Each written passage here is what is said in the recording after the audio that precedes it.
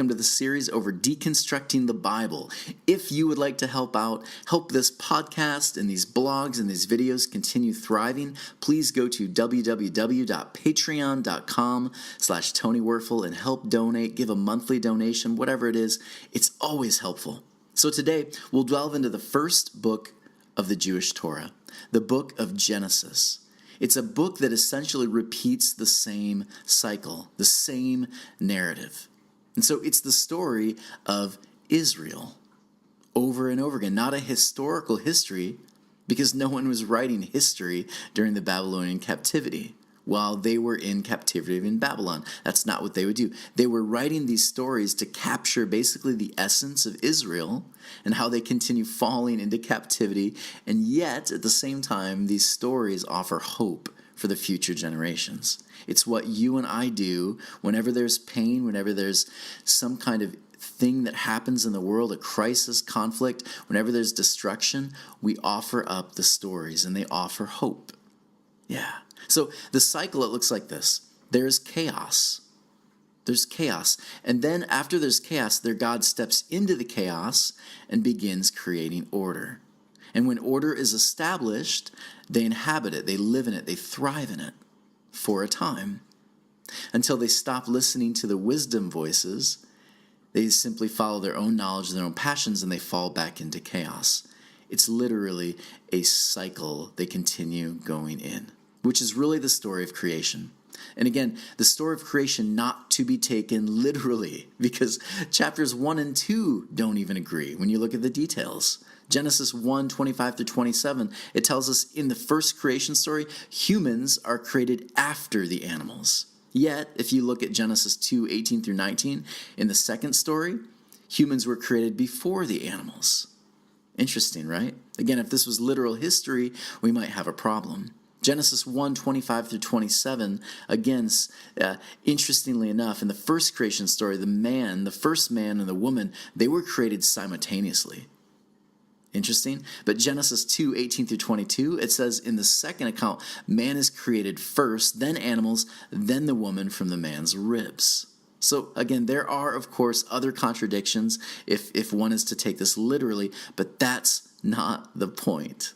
It's the story of Israel moving from chaos into order. And not too long after order is created, they'll fall back into chaos. And so Adam and Eve, man, woman, these names connotating dirt and light, breath, they're created and they are asked to participate in the ordering of things, which they do until they choose to eat knowledge, not again literal fruit, something bigger. They eat knowledge without allowing the wisdom voice of the divine to guide them.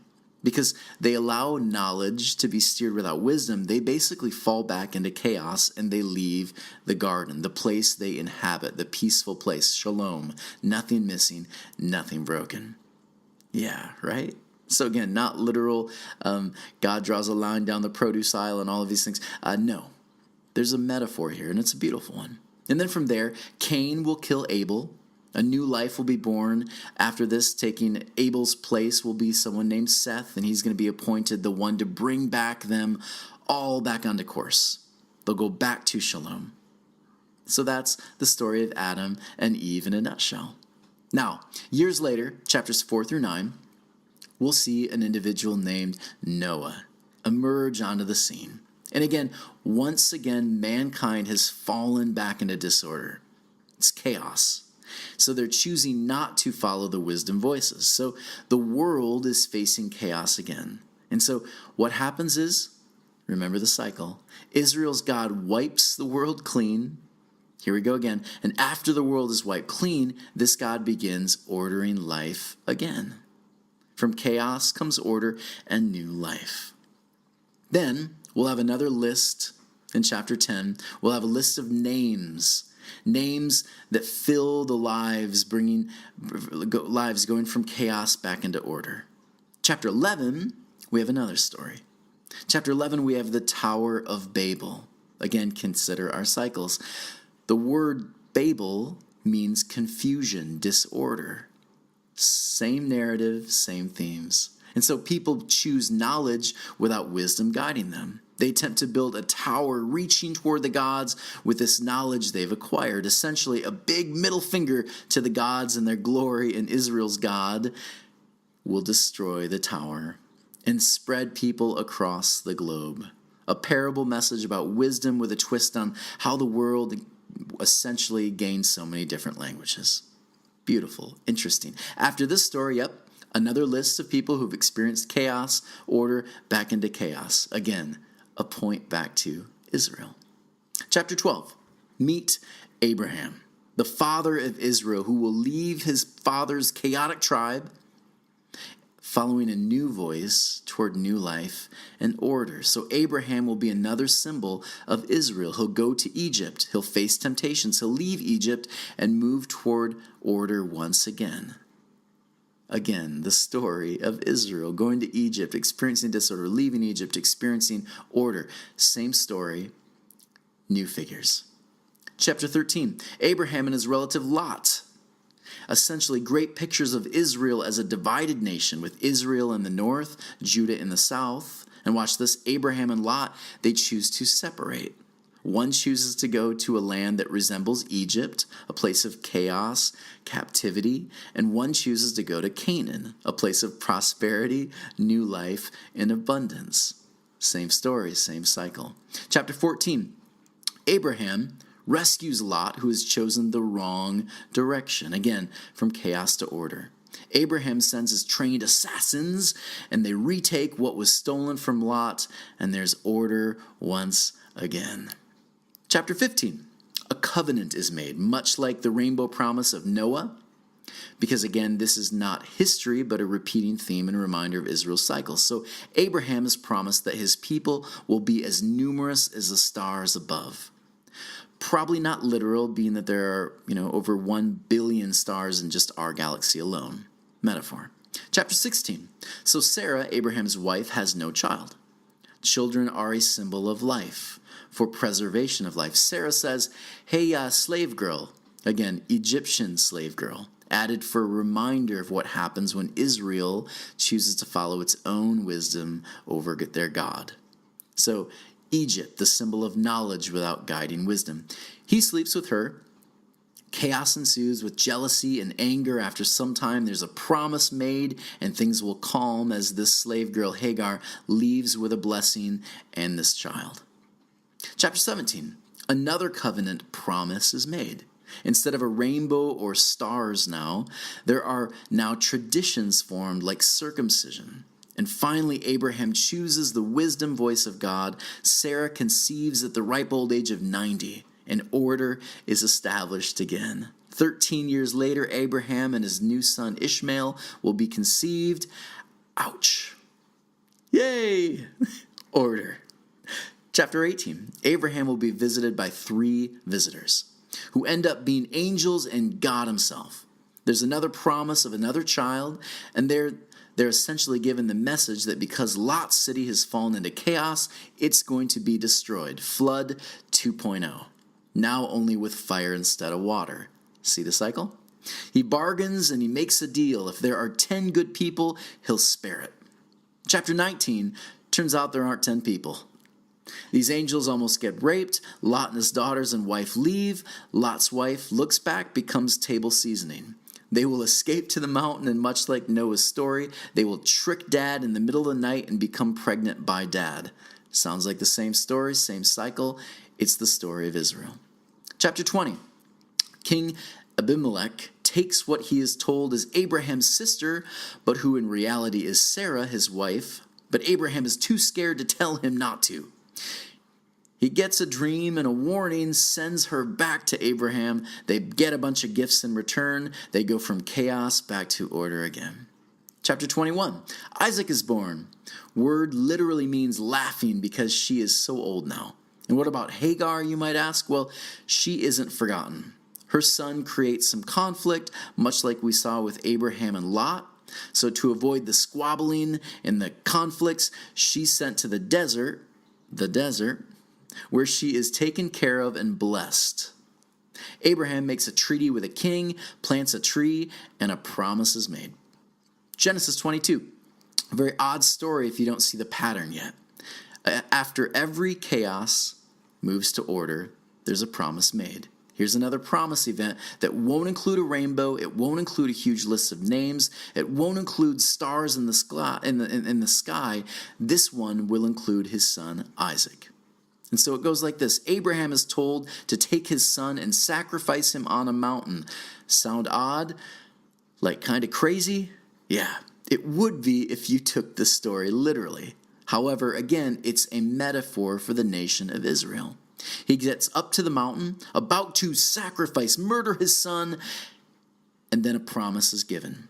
Because it's about that time in the narrative cycle for another promise. And the promise, almost the same as the others.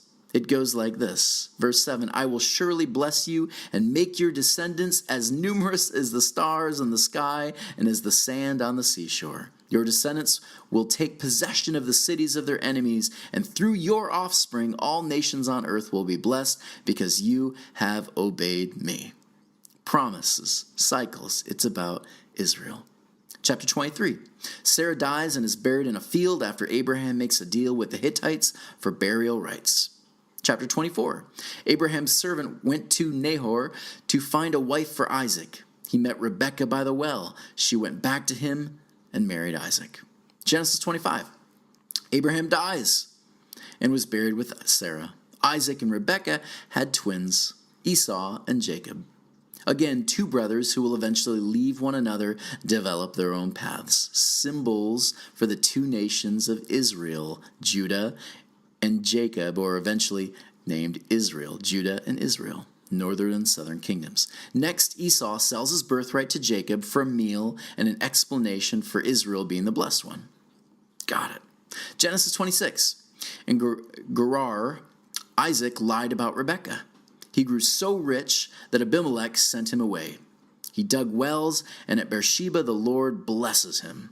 Genesis 27. Rebekah and Jacob are tricked. Essentially, they trick Isaac into giving Jacob his blessing. Esau vowed revenge, so Rebekah told Jacob to go to her brother Laban. Got it. Genesis 28. Isaac sent Jacob to marry one of Laban's daughters. On the way, Jacob dreamed of a ladder reaching to the heaven, and the Lord blessed him. Chapters 29 through 31. Jacob works for his tricky uncle Laban for 7 years, and he's given the wrong daughter. Maybe he's the one hard of seeing. World, another. He'll fight for another 7 years for the right one.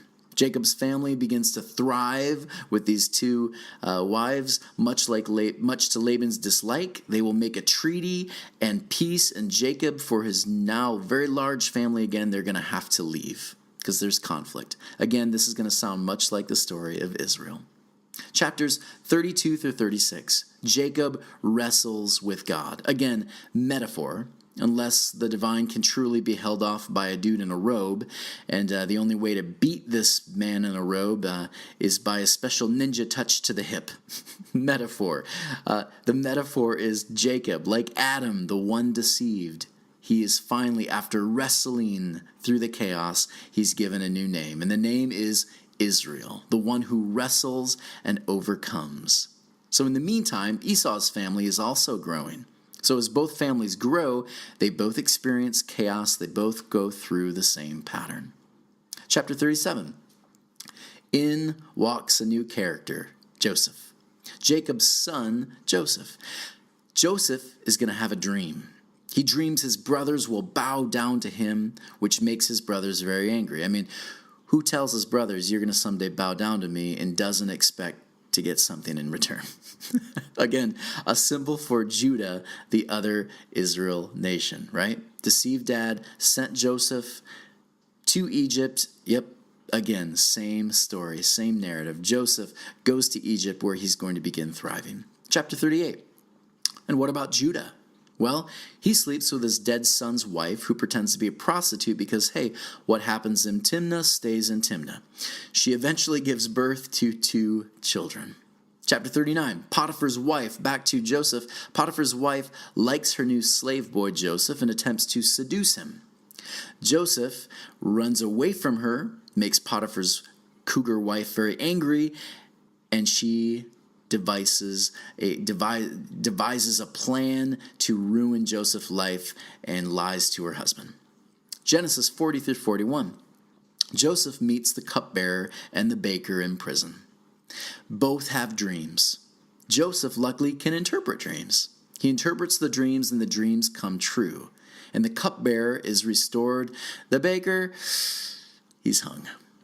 Later, Pharaoh will have a dream in which Joseph is going to interpret, predicting a future famine. Pharaoh prepares for the years of feast and famine, and Joseph is restored and given more glory after glory by Pharaoh.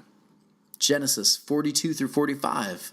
During the famine, Joseph's brothers who are exiled come to the new ruler, this overseer of goods, and they beg for food from Joseph. Joseph schemes up a plan, invites the brothers in. He hides a cup in the youngest brother's sack, accuses him, Judah. Again, keep in mind north and south kingdoms here, Judah and Joseph, Israel. So he offers himself instead. Judah will offer himself instead. So Joseph finally tells his brothers who he is. He says, God sent me here before you. Essentially, I paved the way for you to experience rescue from famine. Sound like another desert father who paves the way for another messianic figure? I'll give you a hint, red sash, great beard, thousands of years later. Yep. Genesis 46 through 50. Israel will bring his family there to inhabit Egypt. There they will thrive and actually grow in mass numbers. One might say as numerous as the stars above. The book of Genesis is essentially, it's the same story. Israel's story over and over again. From freedom to captivity to freedom again. Knowledge to wisdom. How do we learn to listen to the wisdom voices when we acquire knowledge? I hope this was interesting for all of you, and I hope you'll join me next time as we delve into the book of Exodus. And as always, please consider giving to www.patreon.com/TonyWerfel. Take care.